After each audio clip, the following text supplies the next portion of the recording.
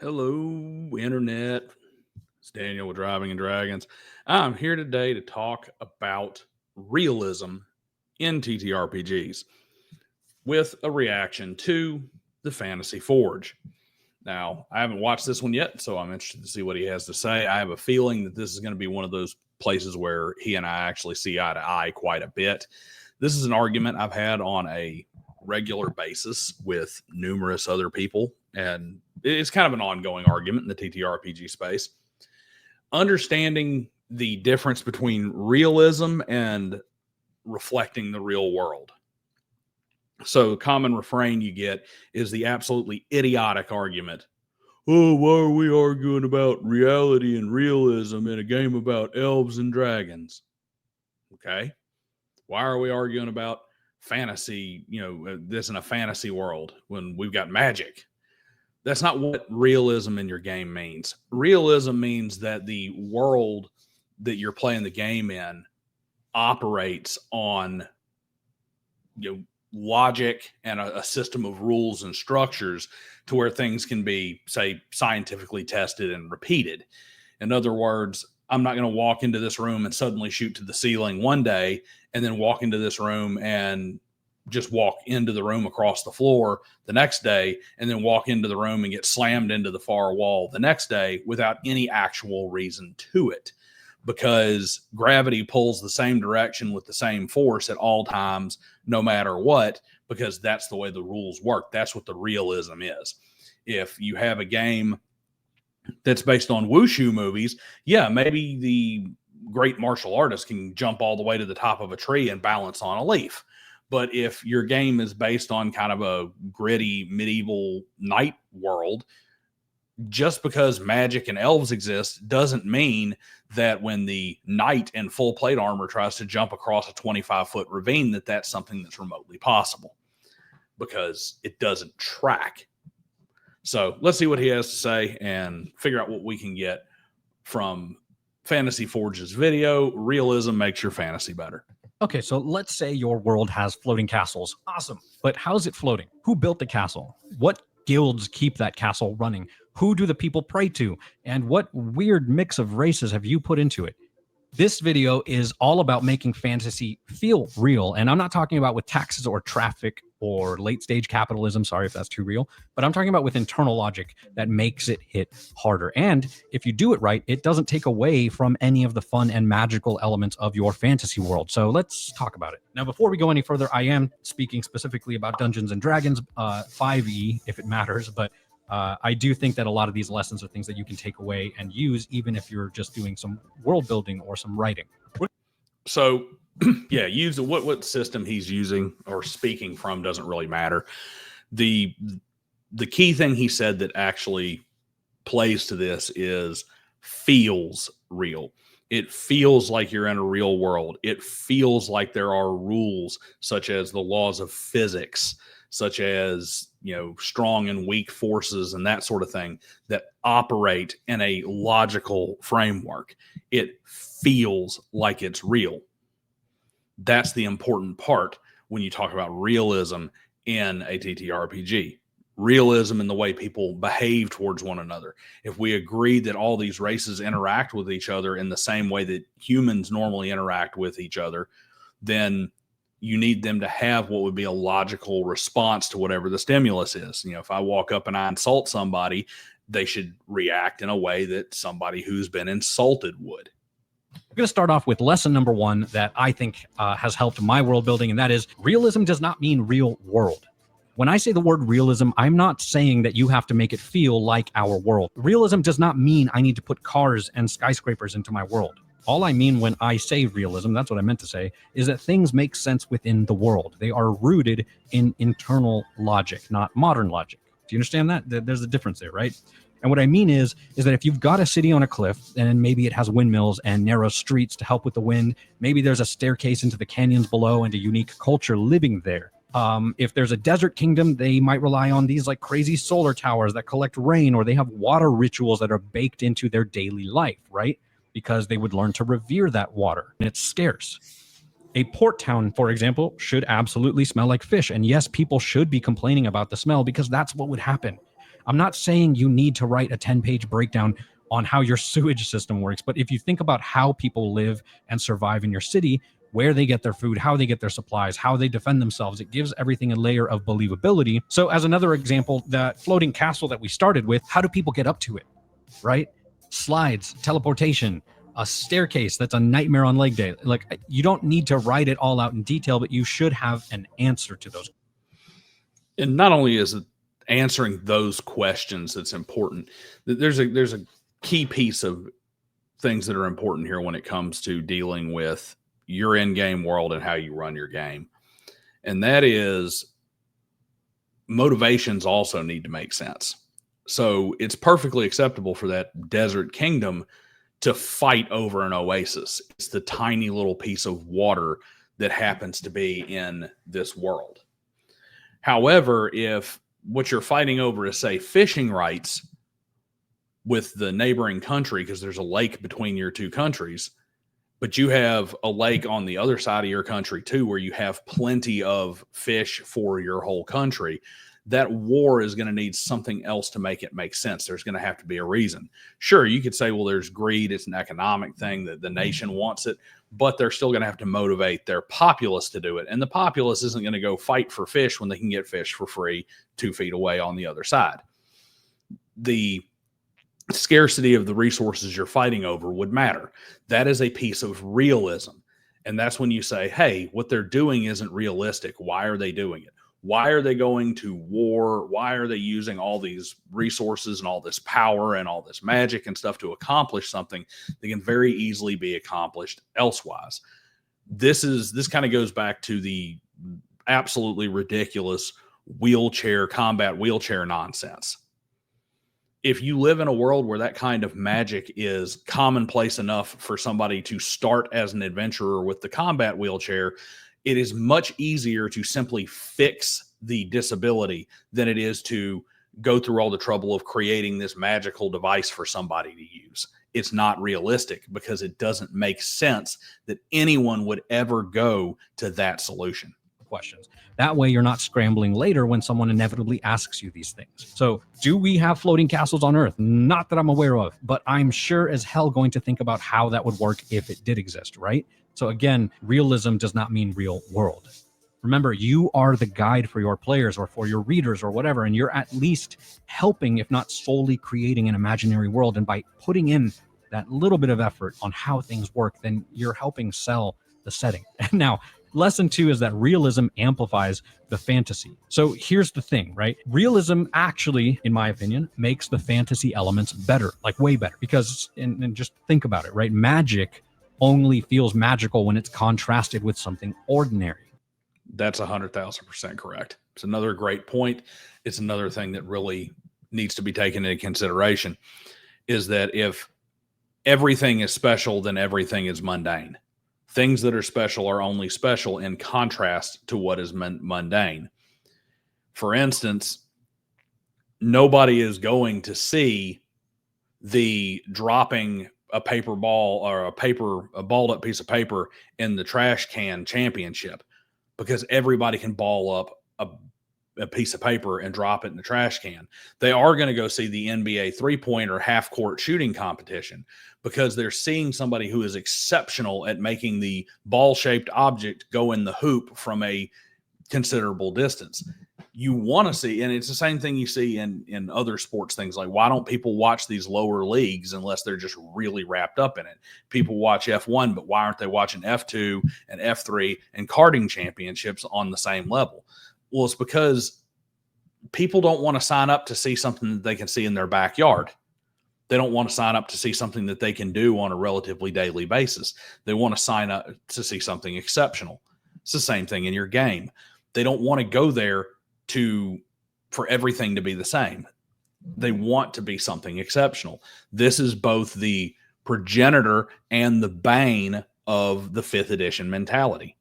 We move into heroic fantasy where somebody becomes greater than. And maybe you could make the argument that in earlier editions of the game, it took too long and was too difficult to earn that. And while, yes, that is realism and it does make it feel earned, and it does give you a sense of accomplishment when you get that 8th or 9th level magic user or whatever in first edition. Because you're playing a game as a little bit of a release or a relief from reality, you're wanting to have a better chance to get there. So we move into things like 2nd and 3rd edition, where they've made it to where you kind of start as like an Olympian. You start at a pretty exceptional level and you grow into something truly exceptional.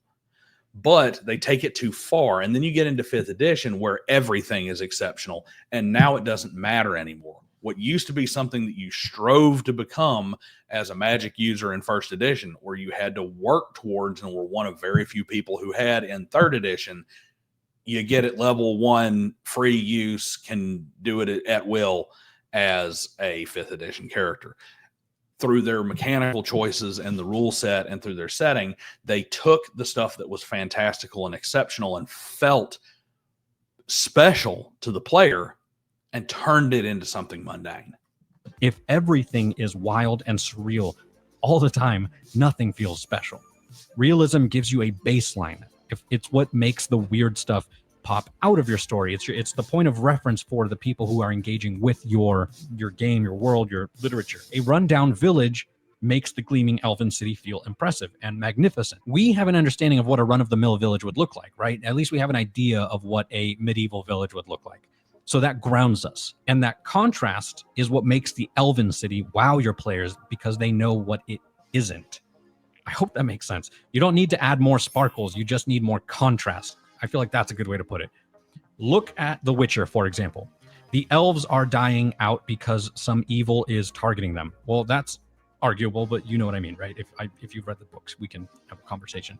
What I'm trying to get at is that they are fading slowly because their birth rate is low, because their young are going off to war, and they have a very long, intermittent, whatever the word is. They have a long ovulation cycle. I think that's what I'm trying to say. And it's something like once every 10 years. So somewhere out there is a super fan. You can correct me in the comments down below.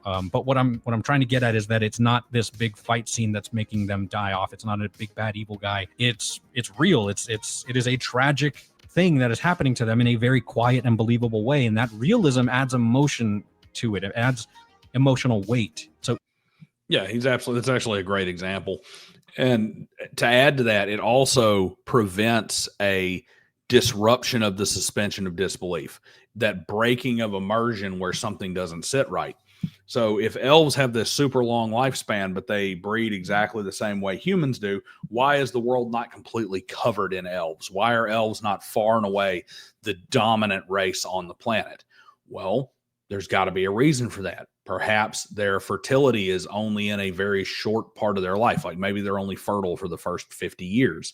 Maybe they only become fertile after a few hundred years. And so any of them that die before they're a few hundred years old don't actually get to reproduce.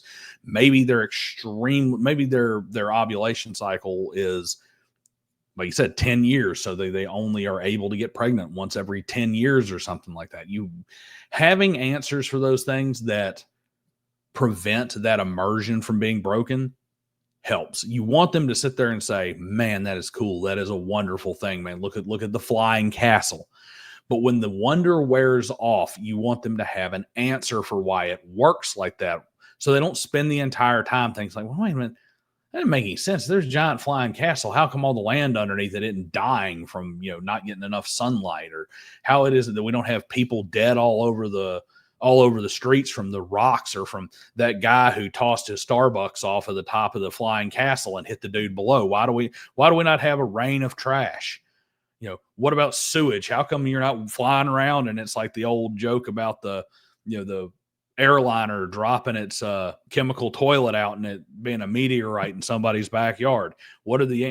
Obviously you don't need to go that deep in D&D, but you need to have at least enough of a patina there, enough of a just one level lower to where you can maintain that suspension of disbelief and that immersion in the world. Even though it is something that is so weird to us to think that you can't have a baby except once every 10 years, right? That's, absurd. But what I'm saying is that it gives the world texture. Is that just me? Am I just nerding out about that? Like, let me know, because to me, that's just an incredible detail. I think that science, that little bit of science made The Witcher better, and it makes that fantasy stuff stand out because it gives it something unique. It's this little detail in the world that just gives it that much more viscerality, if that's a word. Now, I guess you can just say it's a fantasy problem or a fantasy situation that has real world ties to it, and it's something that can be backed up with like loose science, right? Middle Earth is another great example. The Shire gives us a reference point for what the normal world looks like. You have this serene landscape, you have simplicity, the farm life, and it's something that we can all understand. And you also have Gondor and you have Rohan, and they have their own structured systems and their ways of life and their horse motifs and these things that we have that we can understand and appreciate and process, like horses and kings and political enemies, because we've seen it in our own histories. But all of that helps so that when you have the Balrog and the flaming eyeballs and the trolls, it's more incredible to us because we understand the normal world that we're sitting in first. And when I say sitting in, I mean the world that we're engaging in, the thing that we're seeing, the world that we're reading. That's what I mean. I'm not talking about this one. But again, it just gives us a point of reference so that we can appreciate the amazingness of your story later. Now, lesson 3 is that realism creates better player engagement. This one's really simple. When your world follows cause and effect, your players start making choices that matter. And if you think about it for a moment, it makes sense as to why that would be. Because they trust that the world is going to actually react to the things that they do. So if they save a village, then the people talk, and then their name gets spread around town, and then maybe someone in the next town recognizes them. And that is a tiny like ripple effect of something that they did. If they burn a bridge, and I mean this literally or socially, they might lose access to trade routes or piss off the wrong noble. So he's touching on a good point here, and he's touching on it from the opposite side of what I was talking about a minute ago, about breaking that immersion, about having that predictable, realistic world that operates on rules. It allows your players to make rational decisions and therefore become more immersed in the world. They're not just not paying attention because it doesn't matter, because whatever's going to happen is going to happen. They have no clue and no way to determine what their decisions are going to do or how they're going to affect the world. So they don't put any thought or consideration into them. And since they're not putting thought or consideration into what they're thinking and doing and feeling, they're not paying attention. They're distracted by something else until it's time for them to roll dice and find out what the random solution is. This is also an issue that you tend to find in sandbox style play and hex crawls and stuff like that.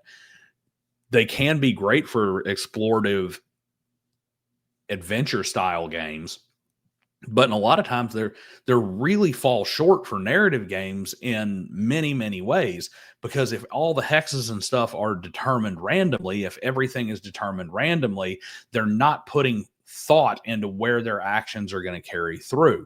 Because at most, all they have to worry about is how the stuff in this hex that they're in now, or the hexes adjacent to where they're moving, react to what goes on in that hex. It is not influencing forward, because what's forward is random. He's also stating, like I said, from the opposite side, if they don't feel like what they do affects the world, then there's no reason for them to consider their actions. If there's no consequence, why do we stop and think? They stick their nose into local politics. Well, now they've got enemies that they didn't even know about, because now somebody in a high place is looking down at them and trying to, discern whether they're going to be an issue or not. That's the kind of stuff that pulls players in. And it's not just do the quest and then move on, right? Because it becomes more about what did the choice that I did as a player, what did that do to the world? And when your players see that the world reacts in a way that makes sense, they start caring a lot more about what they do, and they'll actually pay attention to your game more, I promise. And think about it, if your players did these amazing things, but the world never changed, and then things didn't react realistically to their actions, well, then that game is just a laundry list of quests for them to check off, and that's it. And at least to me, that's not fun, and it's not magical or fantastical. It kind of becomes just a task, right?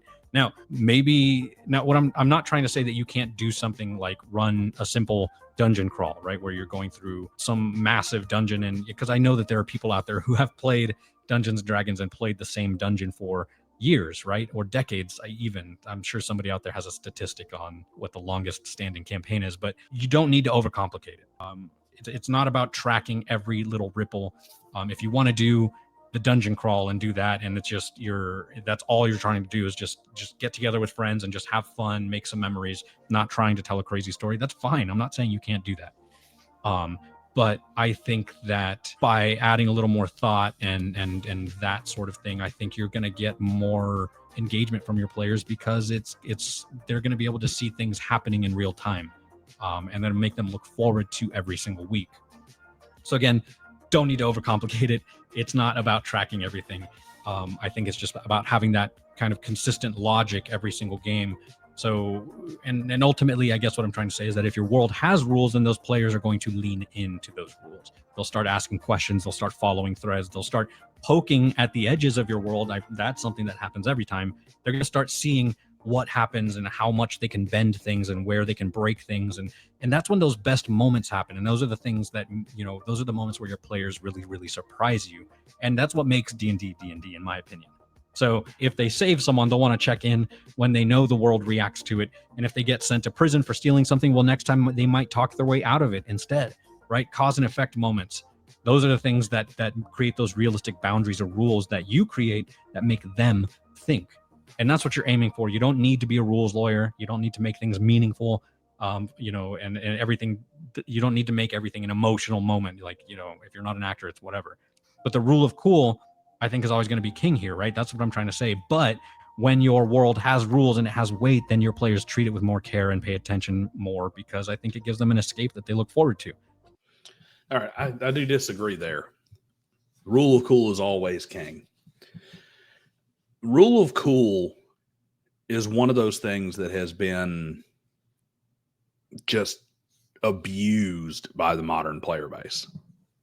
All right, so rule of cool is a one-off thing that is just outside the bounds of what we would consider realistic.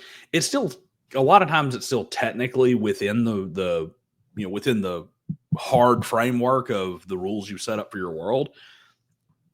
Or it's one of those things like we'd say that was technically possible, but just extraordinarily unlikely, and we're going to let it fly because it's cool. But rule of cool should not be cool, because if you start breaking the rules, then your players start trying to say, well, if I can make it cool enough, I can break the rules. I can manipulate the world. Now they're thinking about mechanics instead of thinking about the world itself. The idea of having a realistic world is to make them not have to think about how things operate within the world on that granular level. And I'll give you a real world example of rule of cool. Many, many years ago, there was a WEC fight. It's a mixed martial arts organization that got bought by the UFC. Anthony Showtime Pettis did what was called the Showtime kick. He's fighting. He literally jumped over, put one foot on the cage, shoved himself off the cage, and kicked his opponent in the face with a jump spinning kick where he kicked off the wall. It was like something out of a video game. It was crazy. It's the kind of thing that is 1 in a million, and working was 1 in a million. Like, everything lined up for it. It was cool as hell. And it's the kind of thing that if you were playing MMA, the TTRPG, the mechanics would probably say doesn't really work that way. Like, this is the kind of thing that's not quite within the rules. But the game master may turn around and say, you know what, that does sound kind of cool. So you're going to have some hard checks to make because it really ought to be difficult. But we're going to allow you to make this attempt because it would be pretty cool if that happened. I mean, that idea sounds awesome, and it is just barely within the bounds of something that would be realistic in terms of possible.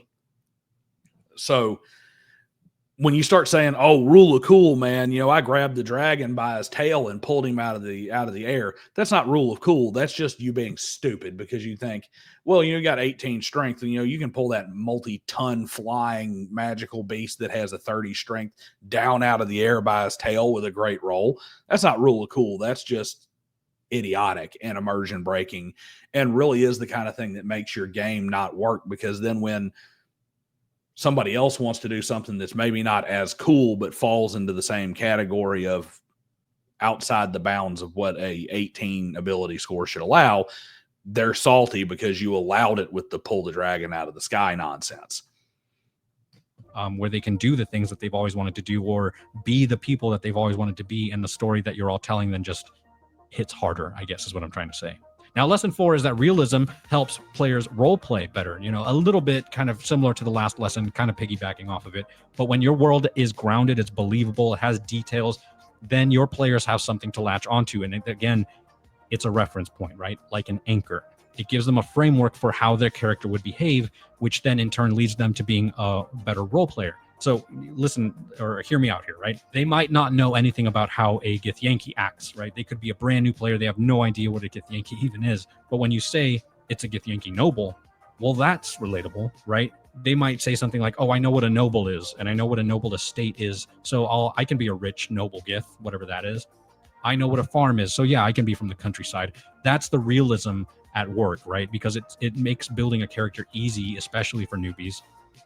Because if you're brand new and someone says, you're a bugbear from a Netherese city, then, you know, most new players are going to be like, what the hell is that? What is a bugbear? Definitely not what this is. This I would never have called a bugbear. But for new players, it can be confusing.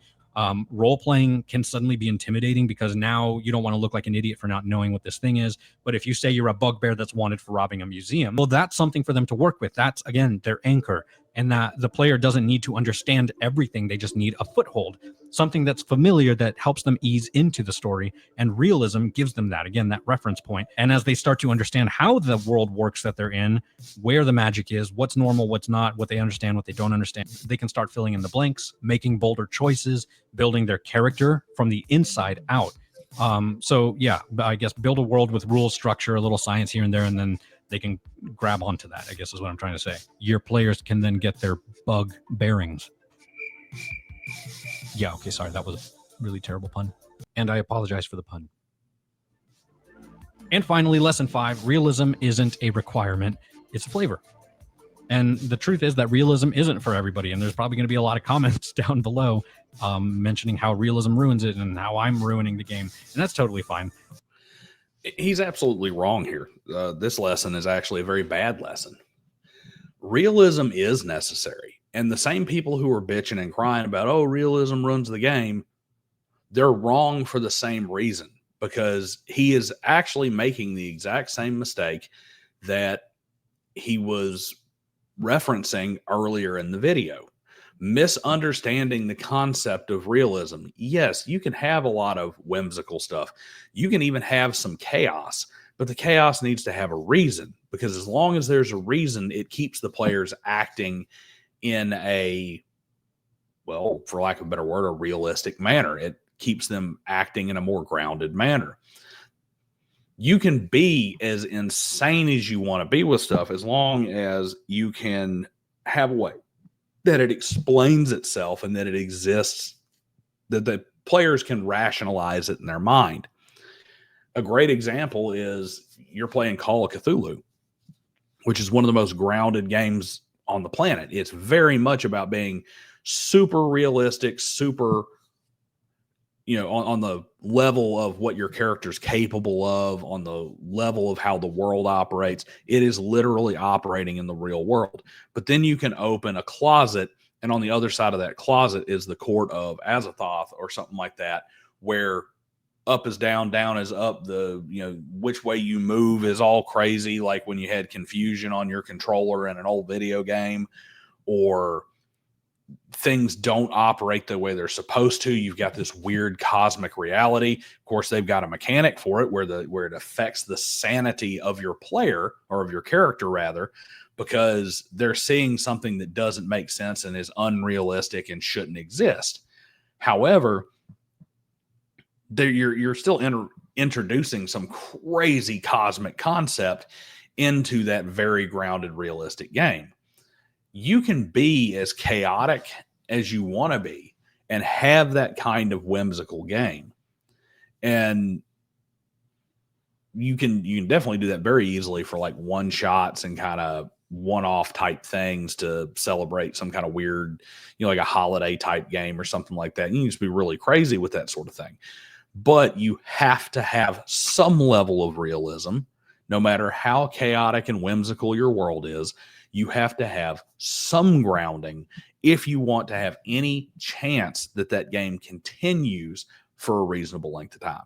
Some groups want that Saturday morning cartoon energy. They want those goofy NPCs. They want chaos in every direction, talking animals with laser swords, like do whatever it is that you want to do. That's the amazing thing about D&D. You can play it your way. There is no correct way to play it. Others want serious drama. They want politics. They want a world where every choice feels like it matters. That's also awesome. You don't have. I mean, he kind of tells the lie right there. Oh, some players really want that Saturday morning cartoon feel. Well, guess what? When He-Man went off the edge of a cliff, he still fell. Heck, even while Wile E. Coyote eventually fell, he could flap all he wanted to and stuff. And let's face it, there's a reason why those cartoon shorts are 5 minutes long, because you can only watch them for so long. Have to choose one over the other, and honestly, nobody gets to tell you which one is the right way to play. It's kind of like LARPing, right? Some people love getting into full costume and really immersing themselves, and some people are like hard pass. I'm gonna wear sweatpants and eat Doritos. Both of those are valid, right? I can respect that reality, right? To wrap all of this up is I don't force realism into your game if it doesn't serve the tone that you're going for. But if you do want to ground your world just a little bit more, if you want to make the magic hit a little bit harder, if you want those choices to feel weightier and the role playing to flow smoother, then it might just be that you need to put a little bit more realism into your story to kind of balance that out, to give your players a reference point and to help make that contrast stand out, right? It's okay if you want to do that. You're not making your world boring by making it a little bit more realistic or giving it something that we can understand. You're making it more immersive. So if you want those floating castles, go wild. I just want to know who takes out the trash up there, That's how my brain works. And if that's what makes my fantasy better, and if that's what makes it more fun for my players, then great. That's a win in my opinion. At the end of the day, if my players are having fun, I did it. I did the thing. And now it's the moment that we've all been waiting for. Cue the drums. Cue the music. It's here. It's time for shout outs. No, we don't need any shout outs.